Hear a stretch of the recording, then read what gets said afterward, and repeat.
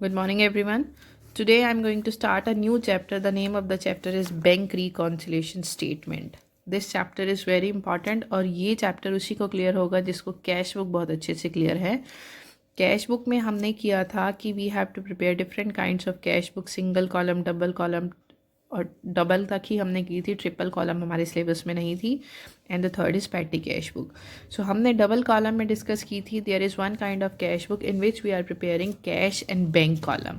कि कुछ ट्रांजेक्शन्स ऐसी थी जो आप चेक के थ्रू पे करते थे या रिसीव करते थे, that will be recorded in the bank column, और कुछ आपकी कैश में थी. So this bank reconciliation is statement is prepared by a businessman when there is a difference between the cash book and the bank passbook. आप लोगों को पता है बैंक से हमें मिलती है पासबुक. आपके पेरेंट्स का सभी का बैंक अकाउंट होगा, तो वहाँ से बैंक आपको इशू करता है जो वो होती है आपकी पासबुक. और जो बिजनेसमैन अपनी बुक्स में मेंटेन करता है that is called the cash book. तो एक बिजनेसमैन जब अपनी बुक्स बनाता है तो वो उसमें बनाता है कैश बुक, और जो बैंक्स बनाते हैं या बैंक्स हमें इशू करते हैं that is called the passbook. तो अब आपका एक बैंक में अकाउंट है. सपोज़ मेरा एक बैंक में HDFC बैंक में अकाउंट है. तो उस अकाउंट में जो भी ट्रांजेक्शन्स होती हैं, जब भी पैसा डिपॉजिट होता है या विड्रॉ होता है, तो उसको मैं अपनी कैश बुक में रिकॉर्ड करती हूँ. सेम उसी टाइम उस ट्रांजेक्शन को बैंक अपनी पासबुक में रिकॉर्ड करता है. जो बैंक बुक बना रहा है वो पासबुक है, जो हम बना रहे हैं वो कैश बुक है. तो जब कोई भी ट्रांजेक्शन की, चाहे वो रिसीव की हो या पेमेंट की हो, I am recording in my cash book. Same time पर बैंक उसी ट्रांजेक्शन को रिसिप्ट और पेमेंट की अपनी पासबुक में रिकॉर्ड करता है. तो इसके अकॉर्डिंग हमारा कैश बुक और पासबुक ऑलवेज इक्वल होना चाहिए. But if due to some reason the total of cash book and the passbook are not equal, this is not matched, उस सिचुएशन में हमको देखना पड़ता है कि where is the mistake. Mistake कहाँ पर है. So for rectifying this mistake, we are preparing one statement. This is called Bank Reconciliation Statement, या you can say BRS. कि for example मैंने 10,000 रुपीज़ की ट्रांजेक्शन की और बैंक से. सब 10,000 रुपीज़ अगर सपोज़ मैंने विड्रॉन फ्रॉम बैंक है, विड्रॉन फ्रॉम बैंक ₹10,000. सो आपके पास कैश आएगा. The journal entry is cash to bank for ₹10,000. So obvious सी बात है 10,000 का ही हम लिखेंगे, 10,000 का ही बैंक लिखेगा. मीन्स दोनों इक्वल होने चाहिए. But at the end of the year, at the end of the month जब हमने टैली किया तो कैश बुक में टोटल था 10,000 और बैंक का टोटल था 8,000. तो ये जो 2,000 का डिफरेंस है, इस डिफरेंस में कहाँ पर मिस्टेक हुई है, इसको कवर अप करने के लिए we are preparing the BRS bank reconciliation statement. So when there is a difference between the cash book and the passbook, at that time we have to prepare one statement. That statement is called the bank reconciliation statement. This reconciliation statement is prepared by us because there is a difference between the cash book and the passbook. Now two terms are there. Cash book में two types या two terms are there. One is the debit, second is the credit. अब cash book का rule था, जो debit में receipts थी वो हम डेबिट में लिखते थे सारी. All the payments are to be recorded in the credit side. जो कैश बुक है और पासबुक है वो रिवर्स होती हैं. कैश बुक के डेबिट में रिसिप्ट्स और क्रेडिट में पेमेंट्स होती हैं. ये हमारी बुक्स ऑफ अकाउंट है. When bank is preparing the passbook, उसका रिवर्स होता है. Means in the debit side all the payments are to be recorded and in the credit side all the receipts are to be recorded. अब आप लोगों को इसको example से explain करती हूँ. फॉर एग्जांपल आपके पेरेंट्स की सैलरी 25,000 रुपीज़ उनके अकाउंट में आती है, तो आपके फ़ोन्स में मैसेज आते हैं कि ₹25,000 is to be credited in your account. This is the message. Means bank ने आपके अकाउंट में 25,000 रुपीज़ क्रेडिट कर दिए. मीन्स जो हमें रिसिप्ट हुई, बैंक ने अपनी पासबुक में उसको क्रेडिट किया.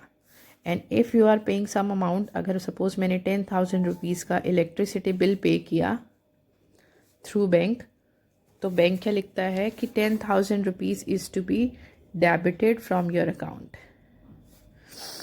मीन्स मेरे अकाउंट से 10,000 रुपीज़ डेबिट कर दिए बिकॉज मैंने 10,000 की पेमेंट की, इसलिए पासबुक में 10,000 को डेबिट कर दिया गया. सो दिस इज़ कि पासबुक में रिसिप्ट्स को क्रेडिट और पेमेंट्स को डेबिट किया जाता है, बट जब हम अपनी कैश बुक बना रहे हैं तो सैलरी को हम लिखेंगे डेबिट में और एक्सपेंसेस को हम लिखेंगे क्रेडिट में. So the first rule is, जो कैश बुक का डेबिट होता है पासबुक का क्रेडिट होता है, और जो कैश बुक का क्रेडिट है पासबुक का वो डेबिट है. सो this is the first thing. Now we have some points, causes of difference in the cash book and the passbook, कि why there is a difference in the cash book and the passbook, कि cash book और passbook के बीच में difference क्यों आता है. उस difference के बहुत सारे reasons होते हैं. There are different kinds of reason. The first is difference caused by time gap in recording transaction, कि जब ट्रांजेक्शन्स को रिकॉर्ड किया उसके बीच में टाइम गैप हो गया. Just because of the time gap the difference was there. The second is difference caused by errors committed in recording transaction, कि जब आपने रिकॉर्डिंग की उस टाइम आपने रिकॉर्डिंग करते हुए कुछ गलतियां कर दी, मिस्टेक्स कर दी, जिसकी वजह से आपका कैश बुक और पासबुक में डिफरेंस अराइज हो गया. इन एक्सप्लेनेशन का हमारा आगे टॉपिक प्रॉपर है. इस एक्सप्लेनेशन को हम अभी आगे और सिंपल वे में डिस्कस करेंगे, because if I am telling you this one right now you will be confuse. आपको कुछ भी समझ नहीं आएगा what is to be added और what is to be less sorry. तो इस एक्सप्लेनेशन को मैं आगे जब हम क्वेश्चन सॉर्ट आउट करेंगे उससे पहले डिस्कस करूँगी. So before that we have one procedure of preparing reconciliation statement, means how you have to prepare reconciliation statement. reconciliation statement अभी जैसे मैंने आपको बताया दो सेंस में बनेगी. One is as per the cash book, second as per the passbook. So we have 4 things, 4 चीज़ें होंगी, उसमें से एक आपको मेंशन होगी क्वेश्चन में. First is debit balance as per cash book. The second is credit balance as per cash book. The fourth is debit balance as per passbook. And the fourth is credit balance as per passbook. Out of these 4 आपको question में सिर्फ एक ही mention होगी. सो हम start करते हैं first से. Debit balance as per cash book, this is a favourable balance. Favourable मतलब पॉजिटिव बैलेंस. आपने कैश बुक में किया to balance brought down, it means the debit balance as per cash book, the positive और the favourable balance. तो ये हम BRS सब prepare करेंगे, उसकी डेबिट साइड में होगा. ये पॉजिटिव होता है आपका because it is a favourable या debit balance. Second we have credit balance as per cash book. Cash book में हमने एक टर्म और की थी, क्रेडिट बैलेंस या तो क्लियरली लिखा होता था या फिर bank overdraft. So bank overdraft और mention as credit balance is a negative और you can say unfavourable balance. So this is to be recorded in the credit side or represented as negative symbol. So this is credit balance as per cash book. Debit balance as per cash book is a positive balance. Credit balance as per cash book is a negative balance. Positive का मतलब है our receipts are more than the payments, और negative का मतलब है payments are more than the receipts. Now next is debit balance as per passbook. अब जैसे मैंने बोला कि कैश बुक और पासबुक दोनों एक दूसरे से रिवर्स हैं बिल्कुल. So if we have debit balance as per passbook it means it is a negative और unfavourable balance. If we have debit balance as per passbook, ये वही क्रेडिट बैलेंस कैश बुक है जिसको डेबिट बैलेंस पासबुक बोला जाता है. This is an unfavourable balance. And if we have credit balance as per passbook, so this is a favourable or positive balance. As I said, out of these 4 only one thing is to be mentioned in your question. So firstly you have to write this one जो भी आपको as per the statement mention है. If suppose the first one is mentioned, so firstly before starting the solution you have to write the first debit balance as per cash book. In the positive column या debit or credit columns there are 2 columns in the bank reconciliation statement, so you have to write that thing in that column. Now look at the format of BRS. Bank reconciliation statement. 2 columns are there. First we have particulars, this is debit amount, and we have credit the amount. So this is the format this chapter is simple, it is not so much complicated. अगर आपका cash book का concept बहुत अच्छे से clear है तब आपको कोई भी प्रॉब्लम नहीं होगी इसको प्रिपेयर करने में. बिकॉज अभी हम कुछ चीज़ें डिस्कस करेंगे, उन्हीं कुछ चीज़ों के ऊपर आपके टोटली क्वेश्चन बेस्ड हैं. सिर्फ आपको मतलब अपने अंडरस्टैंडिंग लेवल के अकॉर्डिंग उसको ध्यान से समझना है. Rest all the things are very simple. Now as I said कि BRS is prepared by the firm when there is a difference between the cash book and the passbook. And पीछे हमने discuss किया there are two causes mainly for the difference. One is the time gap, the second one is some error was there when we are recording the transactions.